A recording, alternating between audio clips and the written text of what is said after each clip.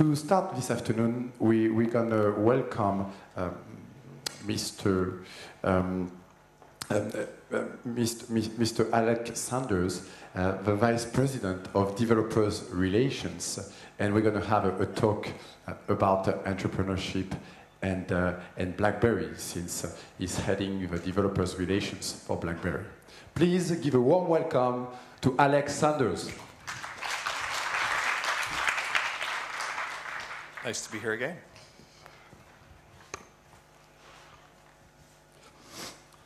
Alec, welcome. This is the first time we speak together today. Today, yes. Today. I had the pleasure to have you on board yesterday morning, but actually the time was too short and I had too many questions. So I'm glad you could accept my invitation to be here again. Well, thank you. As I was saying earlier, the purpose of this afternoon session is to understand better what BlackBerry can bring to entrepreneurs and related communities, whether these entrepreneurs be developers or not, by the way. So when you are an entrepreneur, I think that most of you guys would agree that you need a good health, obviously, but also you need to take a great care of your time. So how can BlackBerry make things more efficient for entrepreneurs? Well, I mean, it's there's a reason why they call this thing a crackberry. Because you crackberry. Yeah. You can use it literally all the time and squeeze out moments constantly where you're able to be productive in any kind of situation. It's an interesting story. You know, yesterday when I was talking with you, I mentioned the fact that I ran a startup for 8 years. And during that period of time, my company was a voice over IP company, and we built applications for, well, all the major smartphones at the time.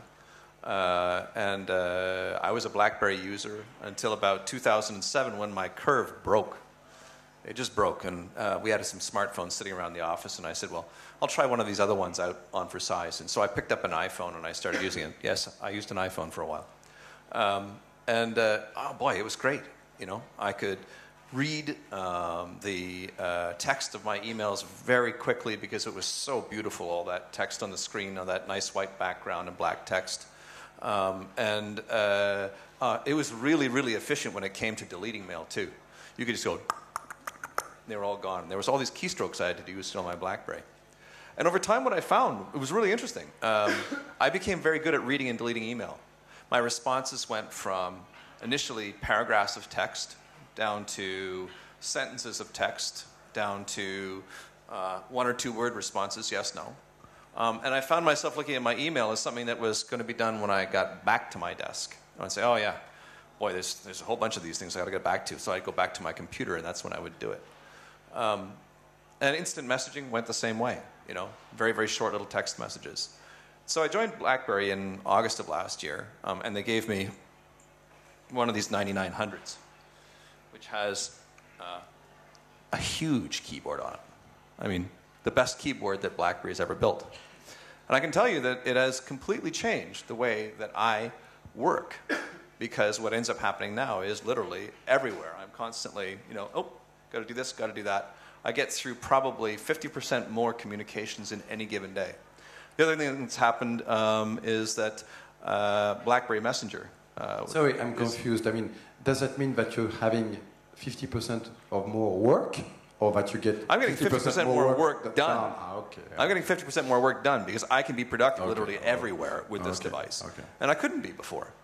Same thing with BlackBerry Messenger. It's one of those ones where as soon as you adapt to the idea that you can communicate instantly with somebody, and you can see when they've received it, because the read receipt and so on is there, it completely changes the way that you work. So it's a great tool for keeping teams together. It's a great tool for communicating efficiently with your customers. It's a great tool for getting work done in any environment. And I failed to appreciate that until I came back to it. So it's an amazing thing.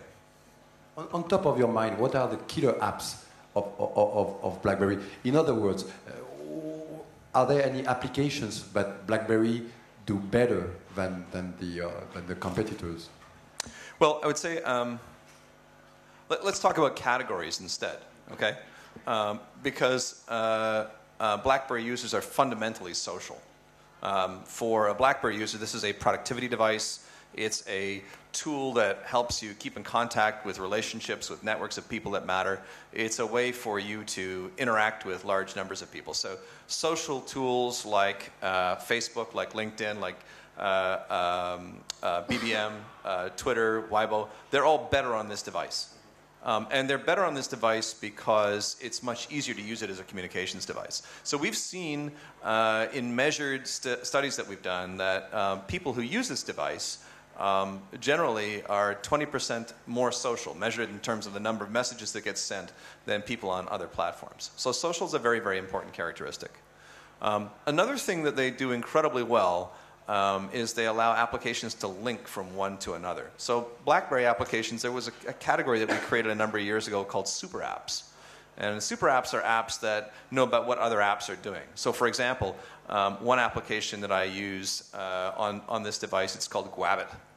In comes a piece of email. It's got an address in it that isn't in my address book. And Gwabit goes, oh yeah, grabs it, says, do you want to create a new address card for me? So it's very efficient because all the applications can know about what all the other applications are doing. And there's countless examples of applications like that. BlackBerry Travel is another one where if an itinerary comes into my email box, it grabs it, decomposes it, figures out where I'm going, sticks the information in my calendar, pulls up weather alerts, says, you know, you forgot to reserve a hotel. It does that all by itself by simply taking a look at what's coming into the inbox. So lots of those kinds of applications as well. Pretty impressive. Let's focus on one killer app in the recent years for entrepreneurs, voice over IP. So I understood from what I've seen from the BlackBerry world in Orlando that the new platform, BlackBerry 10, was doing pretty much a great job on that. And I would like your insight on that because, as you were mentioning earlier, you had a company before, and it was in the voice over IP environment. Yeah.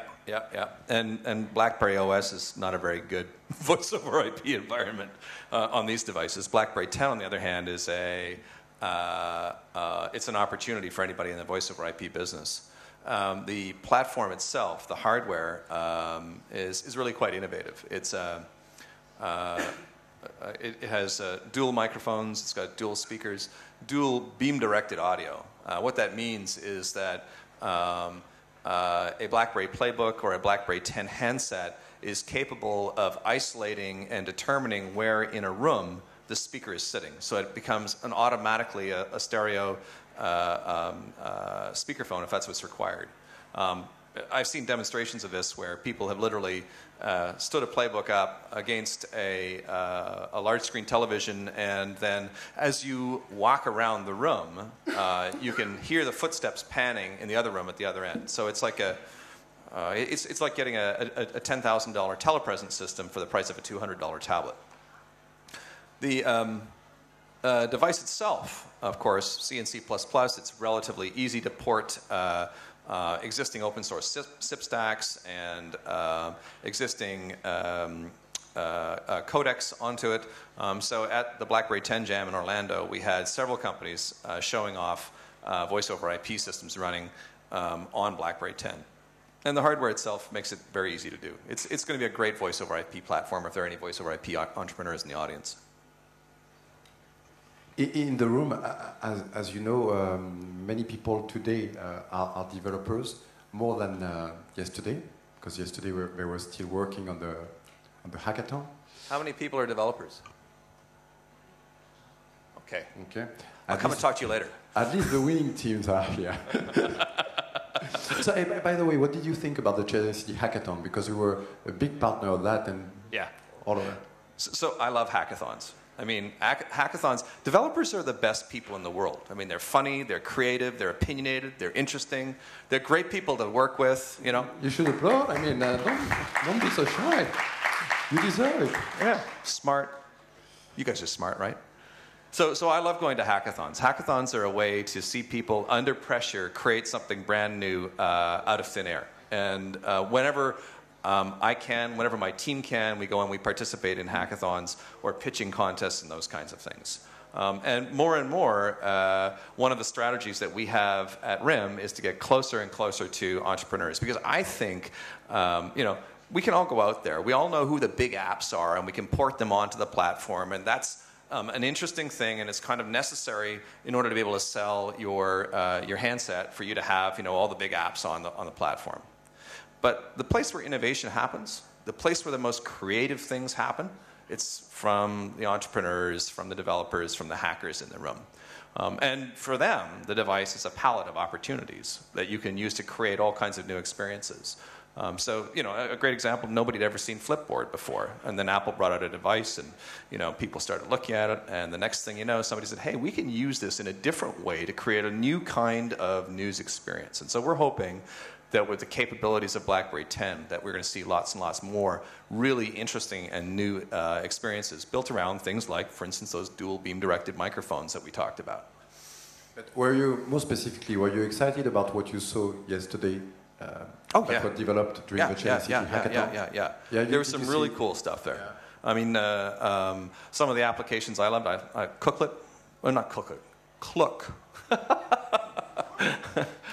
I loved the Klook application. That was really good. More beers. Or not more beers. What did you call yours? Hacker beers. Hacker beers. More beers is not a bad name, actually. Well, no, we have a conference. Because they came with more beers, actually. So we have the jury. Yeah, exactly. That's how you bribe the jury. But we have a once a month in Waterloo, Ontario. We don't have Mobile Monday. We have Mo Beers. We just took the Mo and we replaced it with beers. So we have Mobile Monday, and the local breweries sponsor it, and developers come and they chat and they get to know each other, and there's a talk, and there's a lot of beer. So Mo Beers is on my head. But anyway, anything that has to do with developing in beer, good. Sorry, this is getting goofy. No. Actually, it's great. I mean, and they did a good job yesterday to entertain the jury, coming with plenty of beers, and it was lots of bribes. Lots of bribes, yeah, definitely. So basically, if I'm a developer, entrepreneur-minded, like a developer entrepreneur, if you will, why should I use BlackBerry for my new startup as a platform to develop an application? Why? Yeah. You should take also into account that this afternoon in particular, we have some of the most influential and prominent investors, not only from China, but also from the world in the room. So I think this is definitely a question that's going to be of interest to them. Sure. I think that the way I would think about it is, there are lots of opportunities on lots of different platforms. As I said yesterday, we're at a point now where we're seeing a transition into another generation of these devices. Everything that we've seen in the smartphone world today, with the exception of Microsoft's new user interface, has been built around an idea that Apple had 5 years ago, right? And so we're ready for a new transition. We're ready for hardware which has different kinds of capabilities than were previously possible. We're ready for new kinds of software platforms. And I think that the BlackBerry platform represents an opportunity for an entrepreneur to build an application from that palette that I talked about, that's a different palette than was previously available, and do something new and creative that differentiates from the rest of the crowd. And I think when you look at how you get attention in the marketplace, it's by having something that is positioned differently from what your competitors are doing. So there's a terrific opportunity there. And BlackBerry 10 will provide a lot of capabilities that developers will be able to tap into. And then the other thing, of course, is it's exciting. You're at this point right now where we're launching a new platform. And every platform launch I've ever participated in, the goal of a company that's launching the platform is to get developers to build applications that will launch at the same time as the platform is being launched into the marketplace. Because what you want is the customer to be opening their wallet to buy the device, and at the same time opening their wallet to buy applications to go along with it. So entrepreneurs trying to ride that huge wave of excitement that we're going to create around the launch of the product. And to encourage people to do that, yesterday I talked about this. We've offered a $10,000 revenue guarantee, but that's for applications that are submitted in time for the launch of the device. So we're spending a lot of money, $100 million, on building an ecosystem around BlackBerry 10, and we're hoping to be able to encourage developers to exercise their creativity, their intelligence, and take advantage of the new capabilities of the device and build us some really great applications that are going to launch alongside it when people are spending money to get it. So let's stop talking about me and BlackBerry. What do we got? What else do we have to talk about? Well, actually, that's a very good question, because I was about to ask you, since you are the very last speaker of this 8th annual edition on stage, I mean, during these on-stage interviews, do you have like a personal note, and I don't know, regarding maybe your first impression, since it was your first trip in China, your first impression of a China Tech ecosystem environment? Actually, I'm blown away by what I've seen. Really? Yeah. I was just commenting to some of my colleagues earlier today that there just seems to be so much energy and creativity going on in this marketplace. And it's kind of interesting, because I don't think that in North America that we think about China as being the same kind of opportunity that I've seen here over the last couple of days. So I'm very excited by what I've seen. And I wish everybody a lot of good luck in the pitching contests that are coming up, and I'm really dying to see the pitches. Me too. So let's start. Thank you very much. Yeah. We got one more thing, right? Okay. Yesterday we gave out playbooks to all of the people who participated in the hackathon, and we have playbooks for the 10 proteges, right? Oh yes, that's true. I don't know if they know about that. Yeah. They don't know. They don't know about that. Okay. They weren't supposed to know? Did I just... Yeah. No. They were not supposed to know. It was a big surprise. Okay, they don't know. Okay, that's fantastic. Okay. That's great. Thank you so much. Okay, bye-bye.